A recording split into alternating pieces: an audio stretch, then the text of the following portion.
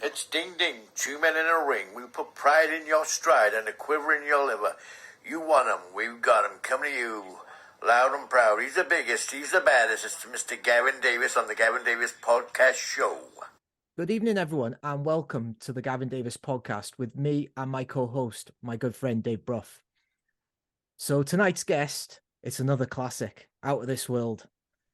He is from the beautiful island of Cyprus and now residing in the UK.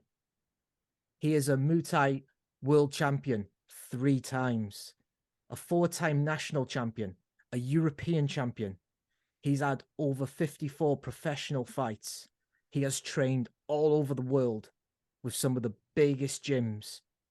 He is currently the biggest name in UK Muay Thai, the owner of All Powers Gym in Stockport. Me and Dave want to welcome to the podcast, Mr. Panicos Yusuf. Pan, welcome to the podcast, mate. Thank you very much for having me. That was a very cool intro. Oh, I do my best with it, mate. I spend a lot of time on them. Yeah. So, right, we're going to get into the questions. Obviously, Cyprus and where you're from in Limassol, I've got a great connection with that area. Okay, absolutely love it and adore it there. So what I want to talk about is you growing up in Cyprus and finding martial arts, specifically Muay Thai, and how your training started and what led you to migrating to the UK in 2005. Cool. So, yeah, I always remember my childhood is full of happy memories, very independent, going off on my own and doing my own thing, playing with my friends, coming back late at night, how it should be, how a typical childhood should be, really. It was at the time, it was one of those where it was very safe to keep your doors unlocked all day and your cars, with the key in the ignition, while you nip into the shop and stuff. It was around that time. So it was very, very, very safe. So um but so I've always been attracted, wanted to do something combat sports. Growing up watching the Jackie Chan and the Bruce Lee movies and all that stuff and the Van Dammes and that. The closest thing I found was karate, Shotokan at the age of 7. My dad had a friend or an acquaintance that he knew, so I got started there, and I did that on and off for about 6 months. I just got sick of punching the air, really. So then it just kind of fizzled off. But I was always sporty. I always did. I joined every team in the school. I was playing volleyball, basketball, football. I was always quite active, and I cycled everywhere. Eventually, when I was about 16, it was summer school holidays, and I rang up my friend and I said, "Oh, why don't we just go and do some weights, at this gym?" And he was like, "Yeah, let's go do it, while we're off." We have a very long summer holiday in Cyprus, 3 months. So yeah, we. Pardon me, by the way, I've got a bit of a sore throat, so I might sound a bit thin. And as we were doing weights, there was a guy in the studio room where they do the aerobics and whatever, and he was playing some really weird music, high pitched music and he was kicking the bag, and I was very intrigued, and I always was interested in that kind of kickboxing, combat sports type stuff. So at the end, I asked him about it, and he's like, "Yeah, we've got a class on, so come and join us and stuff." And so for a couple of weeks, I joined them, and I was hooked. I was straight away. I was really into it because we're hitting pads, sparring, clinching. I love that. And uh, I think it was a couple of weeks in before I realized that it wasn't kickboxing I was doing. I was doing something that was called Muay Thai, Thai boxing. So I never even heard of it, until I was 16. And that was it then, really. From then, I was just really hooked. I dropped every single sport I was doing before that, and I just put everything into it. Yeah. Oh, like watching your fights, you can tell that the dedication you've put into this over the years is incredible. Yeah. So through your amateur days, you represented the national team. Mm. Can you just talk about your development through them years and you've how that started you off? I mean, Thai boxing was fairly new when I started. Only like I'm talking like maybe 2 or 3 years old at the time. So I had my first fight a couple of months in. I got stopped and stuff. I didn't have the experience. And it was kind of like on and off. I was like winning one, losing one, winning one, losing one for about 5 or 6 fights. And then eventually I had a bit of a breakthrough. And then through perseverance and commitment and just coming back, I didn't care that I lost. I was just like, just couldn't wait to get back in, you know. Um, yeah, eventually I just kind of had like started getting winning streaks and then making a bit more of a name for myself, making it on the national team.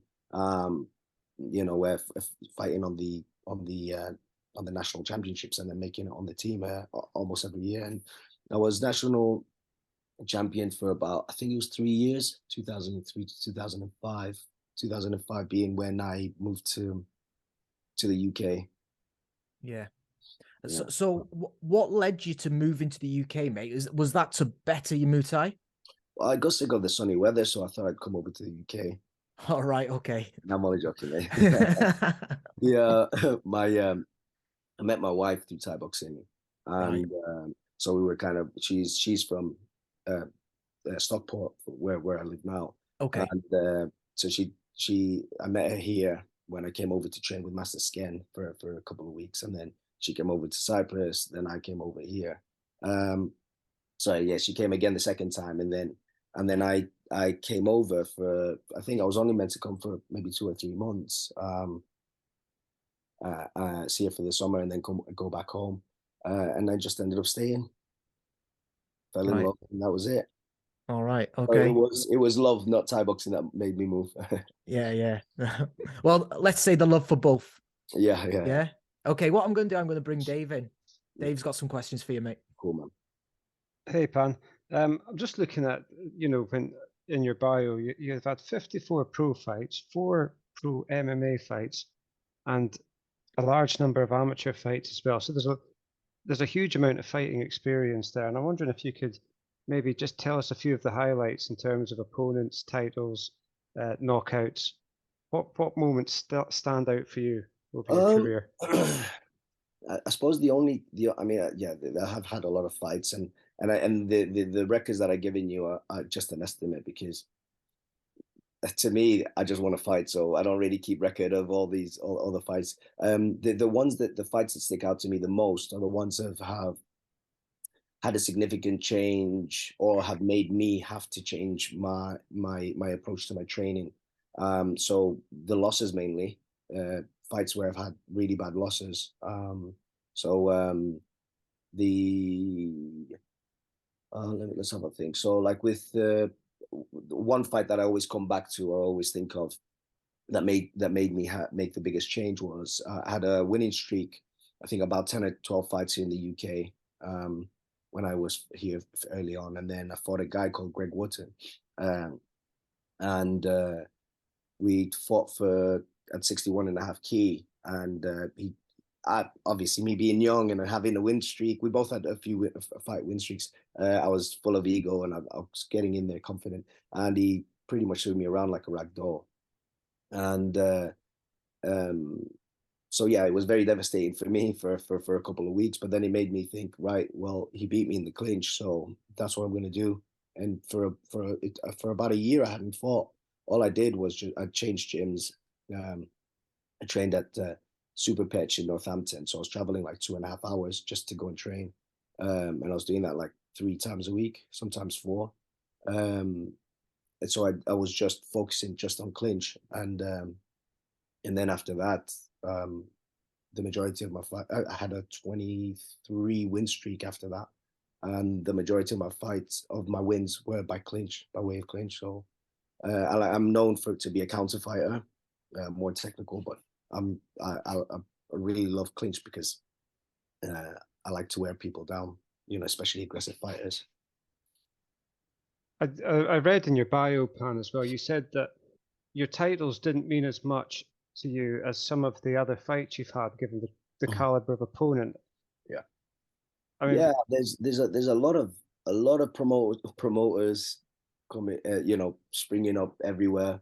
A lot of promoters bringing up their own titles and stuff. So it means nothing really. Like, and they just put their title on, and then they bring you someone from Europe who's half decent, and then you win a world title. So to me, like, I have a world title, but it doesn't really mean anything to me. For me, it's more important to fight the people that I fought, like Muay Thai, like fought Manichai, like guys like that who, Greg Wotton, who made a big, massive difference in my career. But yeah, just fighting for the majority of my titles. Like I never look at a title at any of my belts and think, shit, I had a really tough fight for during that fight. And you see it a lot now. You see it a lot with MMA, with Thai boxing. I don't know with other stuff, but you see it a lot where they just come up with their own titles. I've never had to defend one of my titles, and I've got about 7 or 8 of them. Do you know what I mean? The hardest thing I've ever had to do probably was when I fought for an 8-man tournament in Cork on Martin Horgan's show. It was called I think his promotion's called Siam. I can't remember what it's called. And it was a few years back, and I'd fought at 60. The 8-man tournament was at 65.5, and I was a 63.5 kilo fighter at the time. So I'd gone up to fight. I was the smallest guy on there, and yeah, I just won. Through like being smart. Being hit, moving, holding positions. That was the toughest thing I've ever had to do. Like if I ever, whenever I look at that trophy, that's the one. I think, I earned that. The rest, yeah, the rest, Okay. yeah. Could I ask you about your MMA career? Mm. How did you adjust to the different rule set? Did you adjust your training? Presumably you learned some grappling to go into those contests. So I always, ever since I moved to the UK, the gym where I did Thai boxing, there was always like catch wrestling or MMA or something. So I always jumped on occasionally, and when I say occasionally, maybe every other month, and just do a bit, just to roll at the end. If I've got maybe a cancelled private session, I'll jump on and stuff like that. Just for a bit of fun. And the guys would always say, "Oh, you should fight MMA," but it didn't appeal to me. Thai boxing was my passion, and so I kind of knew a little bit, the basic movements and stuff like that. So when I decided to go MMA, to go for MMA, I just joined as many. I signed up to as many grappling comps as possible, because I know they wouldn't go on my record. Tried to do as many interclubs as I could, which there isn't many MMA interclubs. The hardest thing for me was probably like the grappling side, the having to get somebody who's 70-80 kilo off you and get back up and then try and throw shots. It was very hard. I must say that the hardest camps I've ever had were MMA camps. So I enjoyed it. It was really fun, but it took a lot out of me. I wouldn't do it again. Okay. Yeah. I wouldn't do it again because I didn't have the option to start off as an amateur. So I couldn't build up, obviously, due to my stand-up record, my Thai boxing record. So nobody would take a fight with me, which was fair, really. So I was jumping in with guys who were purple belts, brown belts, or wrestlers, who've been wrestling for years. And they only had one objective. So yeah, it wasn't, once they got me down, it wasn't very hard for them. So yeah, I had 2 stoppages, and one I was submitted, and then one I just lost on points. Yeah. See, I watched your grappling match on Empire, where you got penalized 2 points for stalling in the guard. Yeah. So I watched that, and it wasn't that you were stalling. It was just that he had a good close guard, and you were running out of ideas with the technicality of what was going on. But I believe that you wouldn't need a lot of development in that area. Yeah.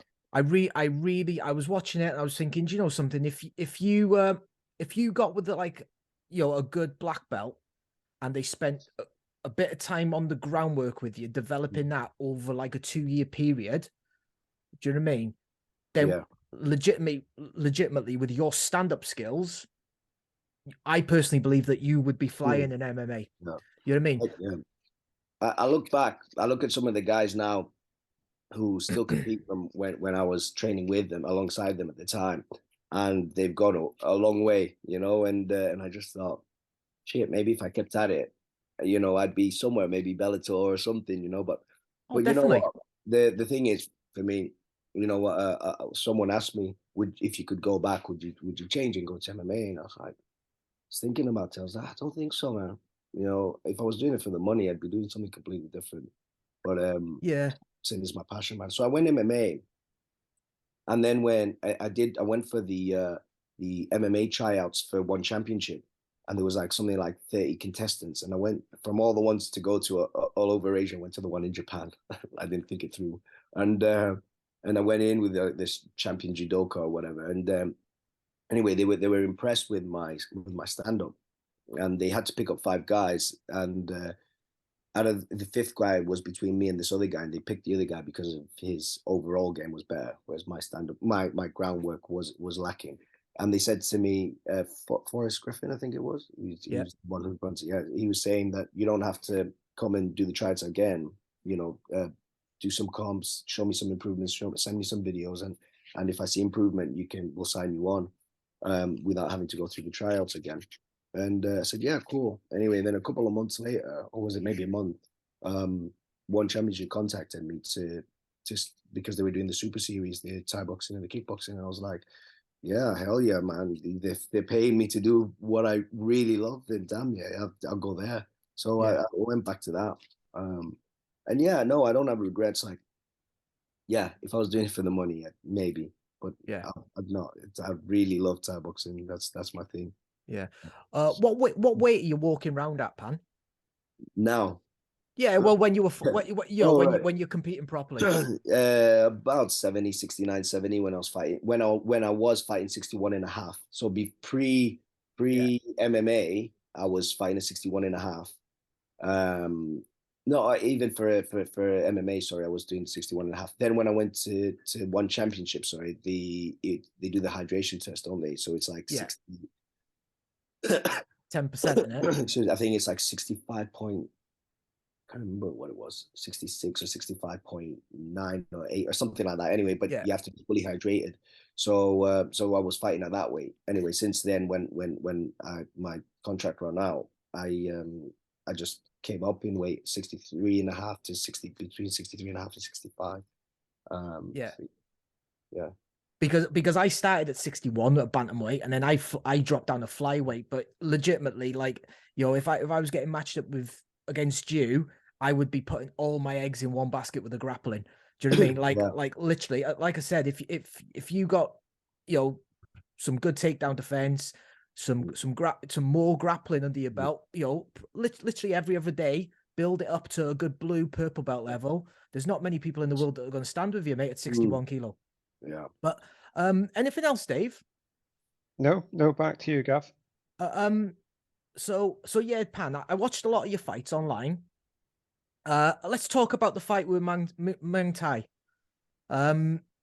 So I've been doing a bit of research on him, mate. So, he was trained under Senshai, who is probably, would you agree, is probably the greatest of all time when it comes to Muay Thai? Yeah. Yeah. So some stats on him. He's had over 250 fights. He's only 29 years of age. 203 wins. He's the Lumpini Stadium 2012 light flyweight champion, 2016 fighter of the year, 2018 fighter of the year, Thailand lightweight champion. Like, his achievements are ridiculous. You fought him on one championship. I watched the fight 4 times this week. Okay, so what I'll do, I'll watch a fight, get a vibe for it, and then I'll rewatch it and critique it, and then I'll rewatch and critique my critique again. And in the first round, I personally thought the first round was close. You got a few good sweeps on him. I don't exactly know how the sweeps score. The second round, you dropped him.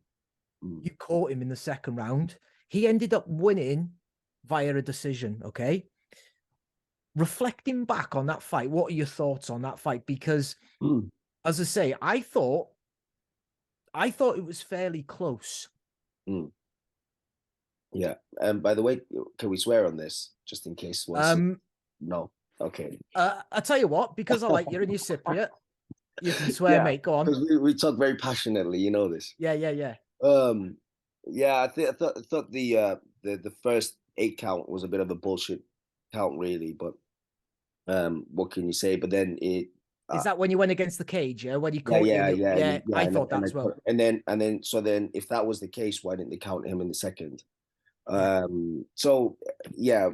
Anyway, so I knew that going into the second, I knew I had to get a knockdown or try, get ahead massively, to bring back the fight. So I'd gone in throwing hands, and I broke my left hand. So I don't know if you've noticed it, where if when I was complaining about it in the corner, but I didn't know. I've never broken a bone until then. So it was a bit of an unusual feeling. So I broke my hand throwing a hook. I think I threw I hooked his head, and he ducked, and I cut him on the back of the head there, and I just felt something go. So every time I was throwing a jab, it was like jelly. It was just going down. Anyway, so that I let it go to my head, and it affected me for the rest of the fight. So then he started pressing when he seen that. But yeah, like I would love to fight him again. I didn't think that was, considering who he was and or what he's achieved. I didn't think the fight was far off. And to be honest, I don't think he's as technical as me. Really tough. He's very got a shitload of experience. Yeah, that's pretty much it. Yeah, he's known for his elbow attacks. Yeah, but I thought your sweeps and you're controlling the distance, I thought was very, very good. Yeah, but that's his thing, to be aggressive, to just run forward and just really literally just throw elbows. If you ever watch him, he just literally like swing. It just like lunges forward and then just swings an elbow, and he just manages to get them through. And I don't know, you watch the fight. He didn't really elbow me in that fight. Do you know what I mean? Like I had good control of him the majority of the time. So it was just my hand. I was just, I broke my hand and that was it. But I'm not making excuses. Result is result. Regardless, I would have loved to fight him again. But yeah, I try when I fight. I try not to give.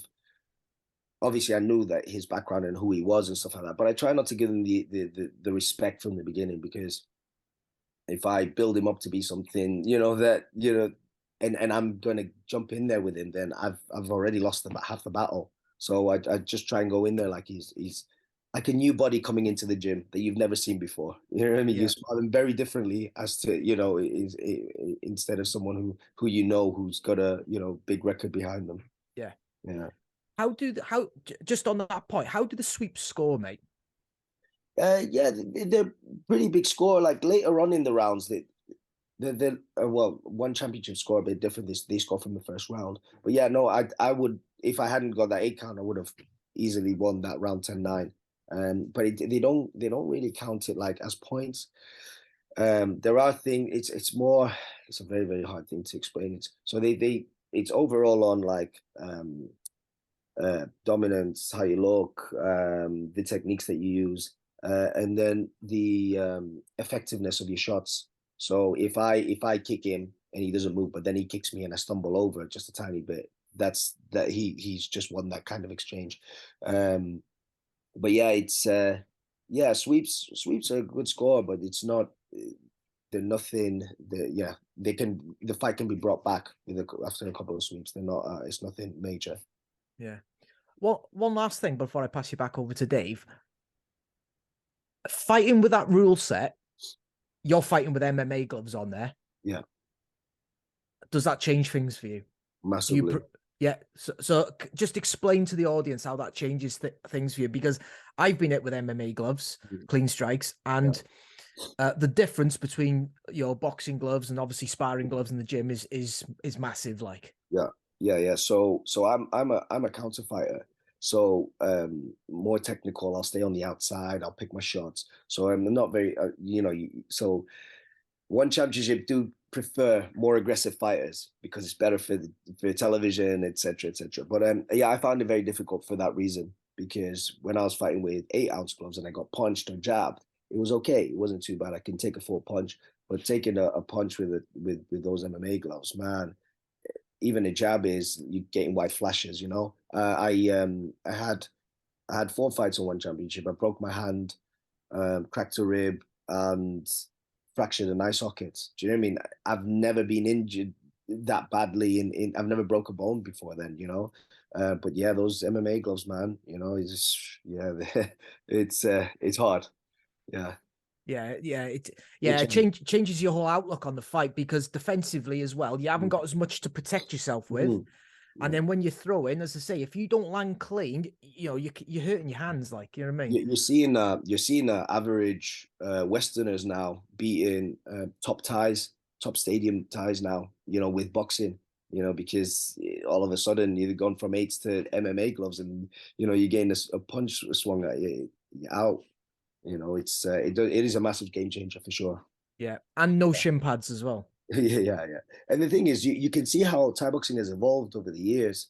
It's gone from the white crews, the ceremonial dance in the beginning with the 5 rounds, 3 minutes, 2-minute rest. Now it's gone to like no.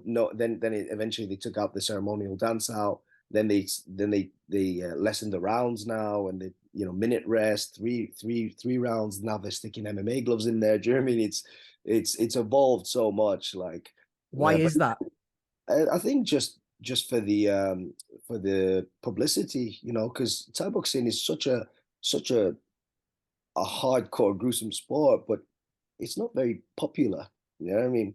And I think that doing the 3-3s, and they also not understanding the scoring system. It's quite complicated scoring system. So, when I've been to shows where, say for example, Liam Harrison, is boxed a Thai's head off, thrown 20 punches, and the Thai is just body kicking, and then the Thai, they at the end of the fight they raise the Thai's hand and everybody goes boo boo, but you don't understand the Thai scoring, so it's so I can see why they lose interest in it, or it's not built had as much. Because it's obviously national sport in Thailand. Yeah. But even in Thailand now, they're doing 3-3s. They're not sticking to the traditional stuff. They're doing 3-3s with normal gloves. In the stadiums. Right. It's crazy, man. They never even used to let girls anywhere near the ring because they were blessed. So it would be bad luck to let the girls touch the ring. They're letting girls fight in the ring as well. Which, by the way, I have nothing against that. I'm happy for that. But I'm just saying things have changed so much now, just because of just because of the lack of publicity for the sport. It's not really going anywhere, really. Okay. And maybe they're trying to re-energize the publicity for the sport, because I remember when I was younger, obviously there was when Van Damme did Kickboxer and Tong Po and what was his name now? Van Damme's brother in the film, he was a legit actual kickboxer. Dennis Alexio. Yes, great call, Dave. Yeah, well remembered, Dave. There was a massive surge in kickboxing then, and it became very popular in the late 80s, So maybe they're trying to revolutionize the sport like they try to do with a lot of martial arts, you know what I mean? To keep it current, Yeah, but like even the betting now, they're stopping gamblers going into the stadiums because they affect the decision making, the judges' decisions.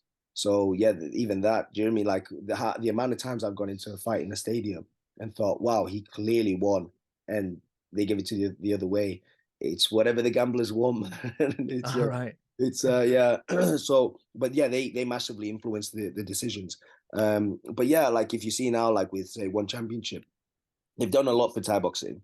They've really promoted it massively, and going into America now, I think you need to change, the way the whole approach to Thai boxing. It needs to be a bit different, a bit more exciting, because really, when you think about it, people just want to see action. That's it. They don't want to see, a counter technical fighter dancing around, moving, a nice easy round, doing nothing. You know what I mean? They want to be seeing people fighting from the beginning, all the way through to the end. Yeah. I understand that, but people have still got to understand what's going on. Like that fight that you had on one championship. To fight with them MMA gloves on, no shin pads on in that environment, not only the skill level, but the conditioning and everything that goes with that. Yeah. Spectators have got to understand what goes into that. Do you know what I mean? Yeah. Right. It takes a lot out of you. It's like even yeah. doing 3-3s. Like, I mean, I was doing 5-3s way before that, and then and that was tough. And then when we went down to 3-3s, I was thinking, oh, this will be piss and piss. It was hard. It's tough because you put in everything in those rounds. You'd be surprised how quick you run out of gas. But yeah, it's with it, like you say, people need to understand how that it is tougher and stuff. But yeah, the amount of times I get like, the non-fighters tell me, well, you should do this, you should do that. Yeah, thank you. Yeah. But yeah, it's I know what you mean with it. Yeah. Right, I'm going to bring Dave back in, mate. Yeah, can I talk to you about your role as a coach? So because you run the gym now in Stockport, so what's your input into that? Are you running classes, and how are you developing the next generation of talent? So now I'm taking a little bit of a step back. All Powers has been running now I've been running that for 12 years, and in that, the majority of it, well, the whole time I've been fighting alongside teaching, which, as you can imagine, is very tough. So not only was I teaching classes, but I was training fighters. So that took a lot out of me. I held pads for everyone, sparring, clinching with everyone, as well as doing my own training, separately. Now it's got to a point now where I've been able to finally trust people, a couple of coaches to take over and teach, and and it's given me the kind of the financial freedom to step back, focus on myself, train without the added pressure, but also from being on the outside now, I'm able to watch the coaches with the fighters, advise from there, and I find, I can give a lot of my time without having to exert a lot of my energy like I was doing before, especially now that I'm a bit older. It's not easy. So have you got other fighters coming through then that you're mentoring in other capacities? Yeah, I guess that, navigating through the fight game. Yeah. So I've always had fighters since I started teaching. I've always trained fighters. I'm very traditional Thai boxing. I'm not into like grading or anything like that. I'm really like just want people to train, hit pads, clinch, spar. I teach a lot. I'm very, very anal about the way I teach my technique. So I have very, very specific methods of teaching and stuff. And I make sure that everyone gets to a really good level before they're allowed to even consider jumping in for an intercom. One, for the safety, but then also their representations of me. So I have to make sure that when one of my fighters goes out, that they can represent me and All Powers the way I want it to be represented. Yeah, I find that a lot of gyms will allow fighters to just jump in, after, even before they're even ready, I feel, which is not good for their safety, but yeah. Like I say, I have more time now to look at it from the outside and give pointers and help a lot more fighters than I could before, because I have the help with the other coaches. What about in terms of the mental preparation for championships? How do you get people ready for that? Because there's the physical side, getting tech condition.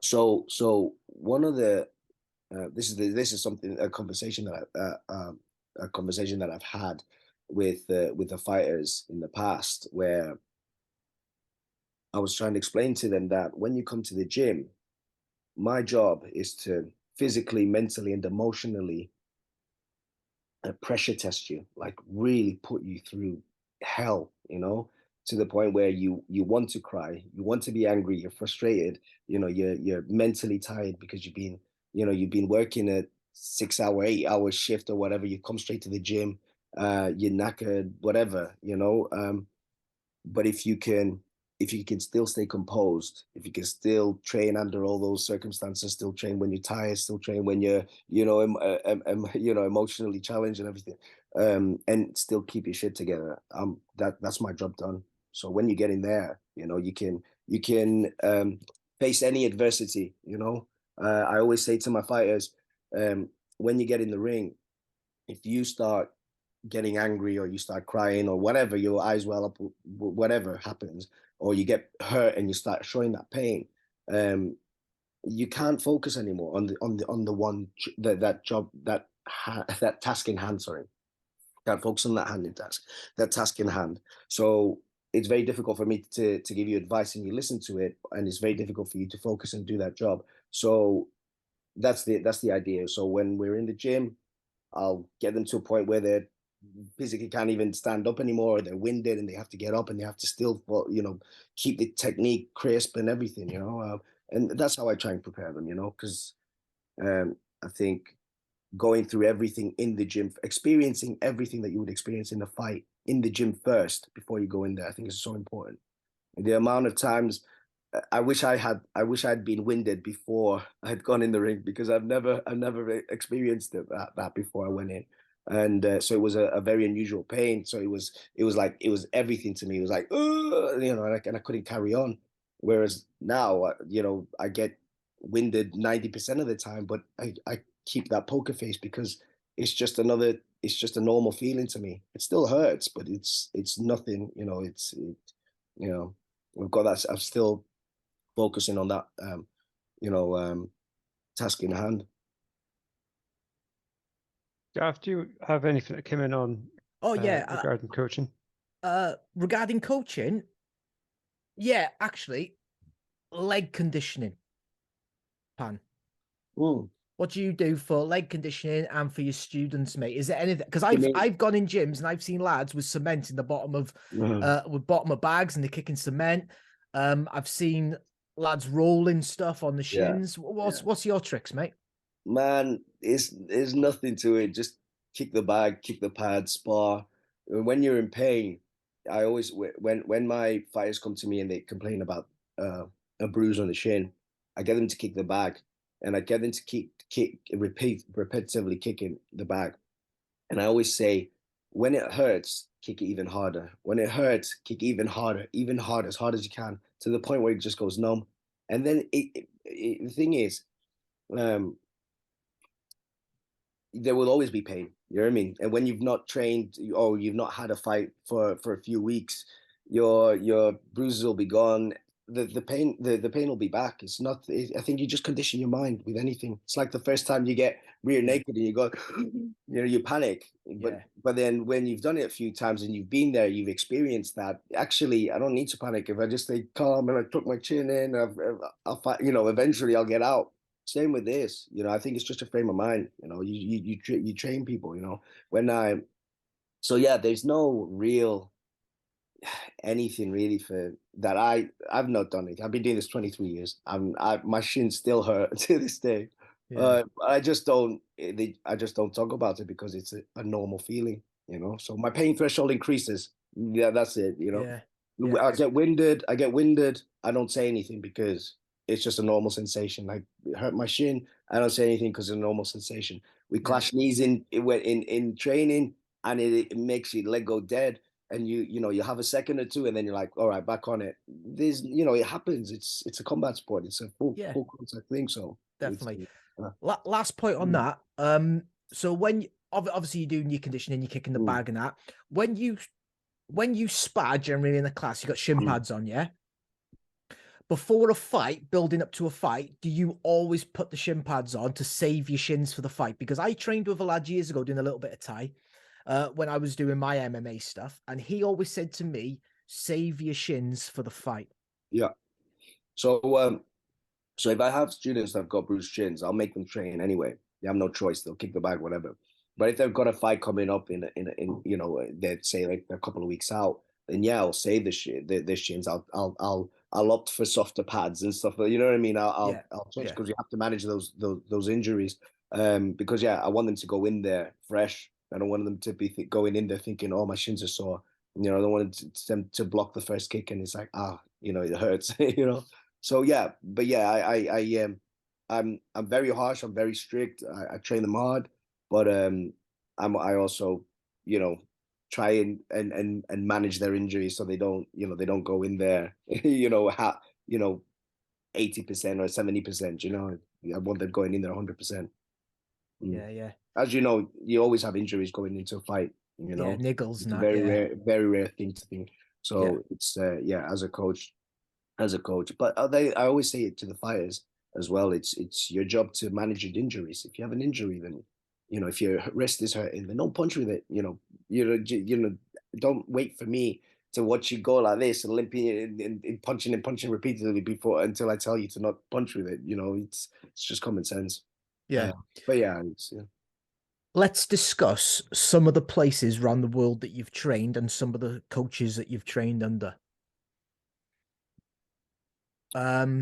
Just start where you want in the world, Thailand, anywhere. So first was Cyprus, where I started Lumpini Gym. I trained there for 5 years with Giagos Christofi. And I don't know if you ever heard of another fighter called Michael Savas. He's a current fighter. He was on my one championship as well. He's actually he's actually lived in Thailand for he's still there actually. He's been there for years and he's been on one championship. He's fought the stadium level. He's done a lot. He's achieved a lot. He's only young still.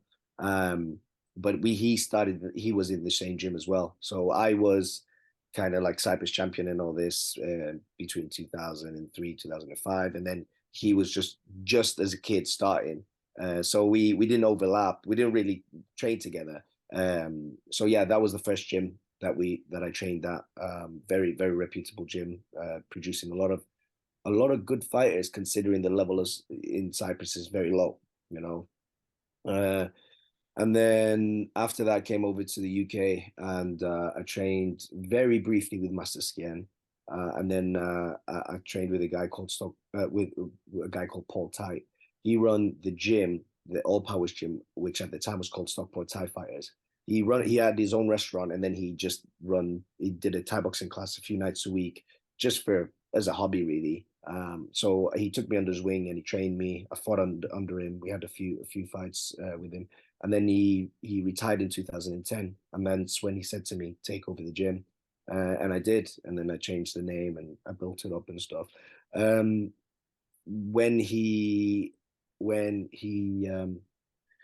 at the time that he was retiring, that's the time I fought Greg Wotton that I'd lost to, which had made me make that change and train somewhere else. So I trained at a place called Super Pitch down in Northampton with a guy called Liam Robinson.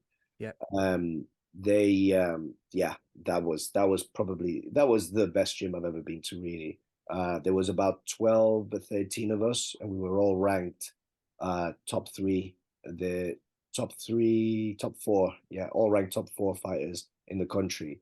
And as you can imagine, the sparring and the clinch was really hard. I mean, we always had fun, but it was hard work.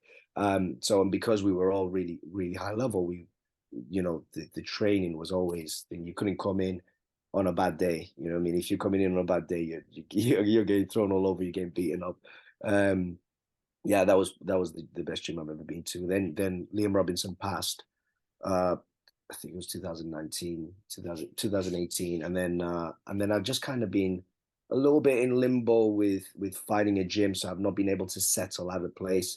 While I was training with Liam Robinson, I was occasionally going to Thailand and training at a gym called Sijapur. They're known as the Diamond Twins. They're really popular. They fought in stadium, and that's where I acquired a lot of my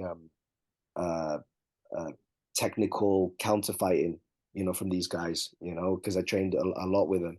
And then after a bit, like after Liam Robinson died, I tried a few other gyms. I've tried Revolution, which was in Sompinong at the time in Phuket, Phuket Fight Club, Petchy and D. But yeah, they're all great gyms, but I just never been able to kind of settle for Yeah. a place, you know. So yeah, and then I did MMA for a bit, and then I came back, and yeah, it was all a bit thingy for me. So yeah, Well, it sounds to me, mate, that the level in the UK is right up there with the level that's getting produced out in Thailand. Would you agree with that? yeah, you know what? The rest of the world is catching up for sure. Right. UK has always been a very high level of Thai boxing, like across the board. There's a lot more high level fighters here in the UK.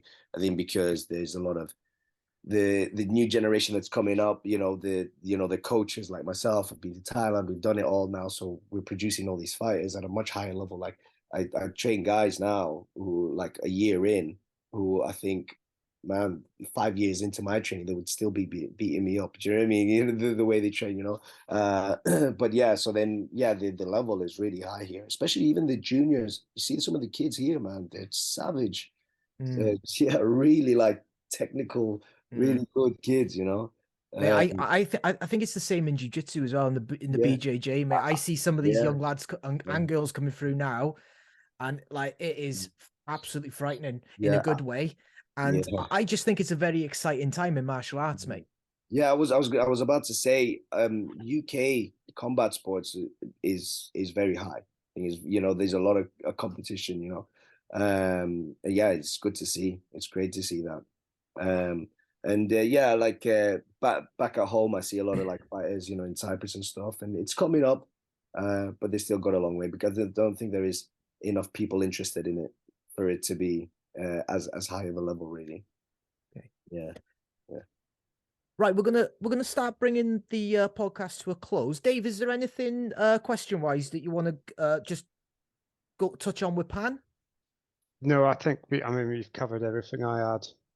Thank you very Okay. much, Pan. Been a real Thank you. insight and a real pleasure. Thank you. Thank you very Yeah. much for having me. So what I want to say just before we come to a close, Pan, is that obviously I do my research on everything you're getting you on, you're reading up all about you and everything, and you're looking at all your fights. And the other day I messaged my my Cypriot friend who trains at House of Jiu-Jitsu. He's a purple belt Yeah, in BJJ, very close to me. His name's Panicos as yeah. well. And he calls himself the Cypriot Spartan, right? Because he prides himself on toughness, Yeah. right? And I told him that you were coming on. And I said, "What do you think?" And his reply was that you were the real deal and that you were the legitimate Cypriot Spartan. Yeah. Well, that was Okay. nice of you. Yeah. So Yeah. what I want to say to all the viewers and anyone up in the northwest, if you wanna train Muay Thai with Pan, get to All Powers Gym in Stockport. You can follow him on Instagram. You look at his clips on Instagram. All his stuff's on YouTube as well. Pan, it's been an absolute pleasure having you on the podcast, mate. As I say, like I've got some great Likewise. Cypriot friends, and like you're right up there with like cool Cypriots. It's Yeah. it's unbelievable yeah, it's a great culture though. When you Yeah. were saying at the beginning how safe people feel in Cyprus. Yeah. You know what I mean? It's got such a good Mhm. cultural feel about it. It's a beautiful place, and I'm glad that you've come to the UK and you've achieved what you've achieved, mate. You know what I mean? It's absolutely awesome. Yeah. So thanks for coming on, mate. It's been an absolute pleasure having you on. And for all the viewers out there and people listening in, if you like the content, give us a subscribe on YouTube. You can follow us on Instagram as well. And thanks for listening in, everyone. Okay, good night. Thank you very much. Thank you.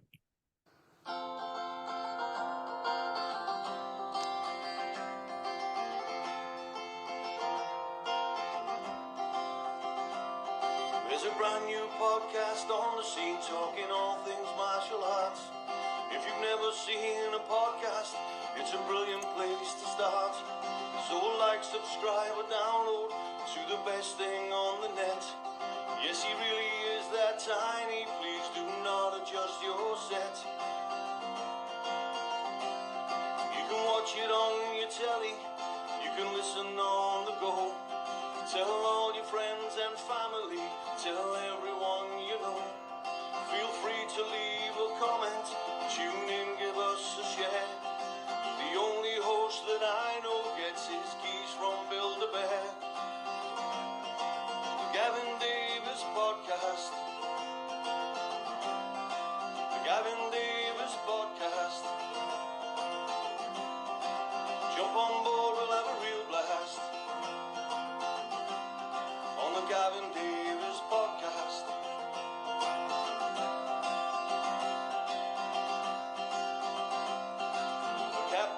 built-in podcast streaming straight into your house. He's a little pocket rocket, he's the Welshman's mighty mouse. Great guests and conversations that won't bore you to tears. Thank God he's wearing headphones to hide those grappler's ears. Gavin Davis Podcast. Gavin Davis Podcast. Jump on board.